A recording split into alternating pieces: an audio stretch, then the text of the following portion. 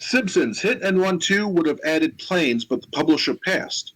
After the first game was mega successful, Fox wanted more, but Vivendi wasn't interested.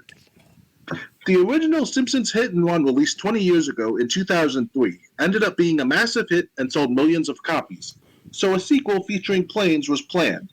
But then the publisher shocked everyone when it passed on a sweetheart deal to create more hit and run games.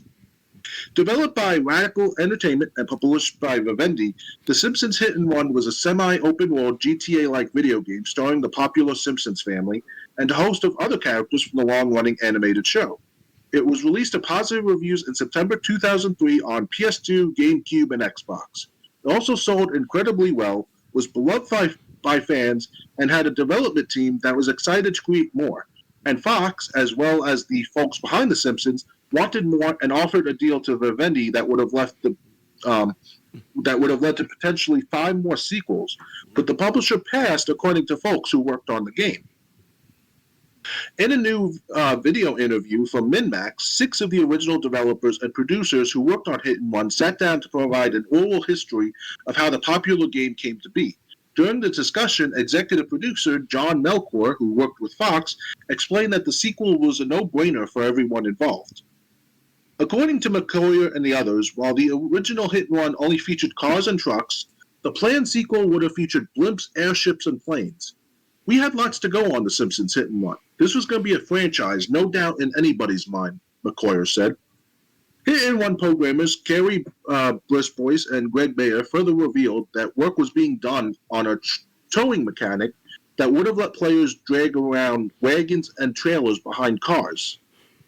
Sadly for fans of Hit and Run, Vivendi passed on the deal. McCoy claimed the 5-game deal would have cost the publisher the same or less than it paid for the Simpsons license for just Hit and Run. He explained that the deal was so good because everyone at Fox and the Simpsons TV show was impressed by Hit and Run and wanted more. But because Vivendi passed on it, EA swooped in and bought the license to produce its own Simpsons games. Of course, a sequel seemed unlikely now, but all the folks involved in the game's creation would have loved to see a remake. In fact, during the interview, they all expressed admiration for YouTuber Rehab's UE5 remake, with one developer saying that Disney, who now owns Fox, should just release that fun game as it's better than what they made. That probably won't happen. According to Melchior, a remake would have to involve both Disney and Activision, who owns the original game code, so don't hold your breath for a new Hit and Run game anytime soon. Or do. But before you pass out while waiting for a sequel or a remake, I'd recommend watching the full MinMax history interview, as it reveals more information about the game's development, including who added those cool holiday cheat codes, what Fox made them cut, how Simpsons writers tried to sneak in dirtier jokes than what the show would allow, and how we almost got a PSP port of the game. So, did you ever play the original Simpsons Hit and Run game? I've heard good things about the game, of the original Hit and Run game, yeah. But I never played it necessarily. I don't remember. It's been 20 years now that it came out so far. Remember correctly? Right. So I can't remember if I played it even for 5 minutes. So can't say much about it. But I saw it on TV commercials plenty of times in the past. So it looked good, and I always wanted to get it. But I guess I lost track of time, and 20 years later I forgot about it. So I will admit that I never did necessarily. Yeah, I never got the chance to play it either. I do remember Alex Navarro, who reviewed it. He was saying how they basically created the Simpsons town, because he said Springfield is twice the size of West Texas. He's like, they kind of made it into areas. Like, one area was the Simpsons residential area, that included the Simpsons house. One area was commercialized, the school and stuff, and then one area was the docks where Rose Bar was and stuff like that. And it all worked out very well. Don't forget the nuclear power plant too. Yeah, so I mean, I never got a chance to play it. Honestly, I'm wondering how much it would be now if you were to get a copy of the original. Probably cost $100 used easily. We're talking about PlayStation, right? PlayStation 1? PS2, Xbox, and GameCube. Yeah, that'll cost you a good $100. Not really. GameCube costs $50 loose. PS2 cost $32 loose, and Xbox cost $26 loose. That's okay. Well, never mind. I'm sorry. I was expecting like $100 because the game is that good. I hear back 20 years ago, and I always wanted to get a copy of it. But my mom obviously said I was too young to watch The Simpsons, American Dad, South Park, Family Guy. Like she really kept me like from all the disgusting material seen on TV. She told me based on what her standards are of watching TV. So, back then, of course, you remember our parents were like that, where they tell us, oh, you can't go to certain places at night, or go to certain towns or cities or whatever, outside of, Valley Stream or Queens or whatever. It depends on where you are, Because obviously. Actually, it's funny. Talking about disgusting things, Beavis and Butthead. My mom said before she passed away that she kept me from watching it or tried to keep me from watching it. I'm like, really? Do you know how many episodes I saw as a kid? You didn't really do too good of a job because I don't even remember not being allowed to watch that when I was younger. Yeah, you all had to be a hog for that matter. South Park, which came out, I think, 97. Mm-hmm. The only reason I didn't see that the earlier seasons is because it came on at 10 p.m. on Comedy Central, and that was the time I had to go to bed when they first came on. So but I ended up seeing a lot of episodes through reruns anyway. Family Guy came out 99. The Simpsons was like 89, I think, the first episode. Yep.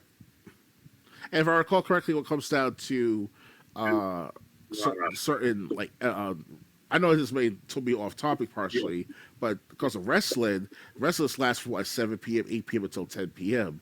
So that was a perfect time to watch, that kind of content.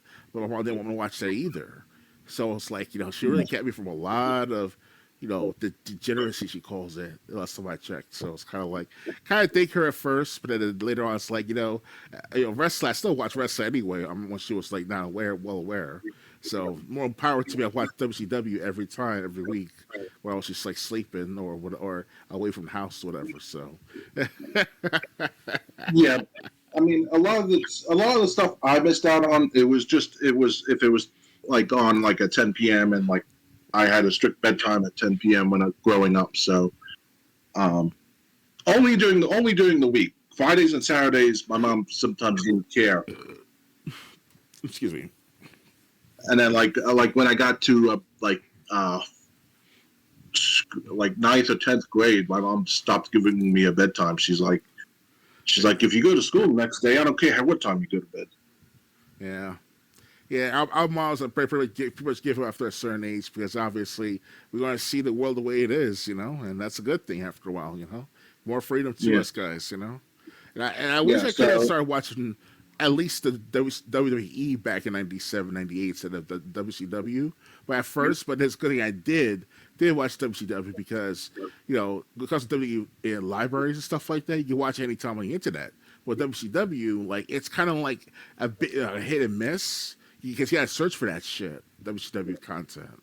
Of course, you can watch most of it on YouTube, but if you want to watch the full length, backstage brawls, everything, like every thing you saw on the TV, it's hard to do that in 30 years later, which is now. So, yeah. Although I do remember, like 10 years ago, you came over to my house. We were watching like an episode of Nitro from 1997.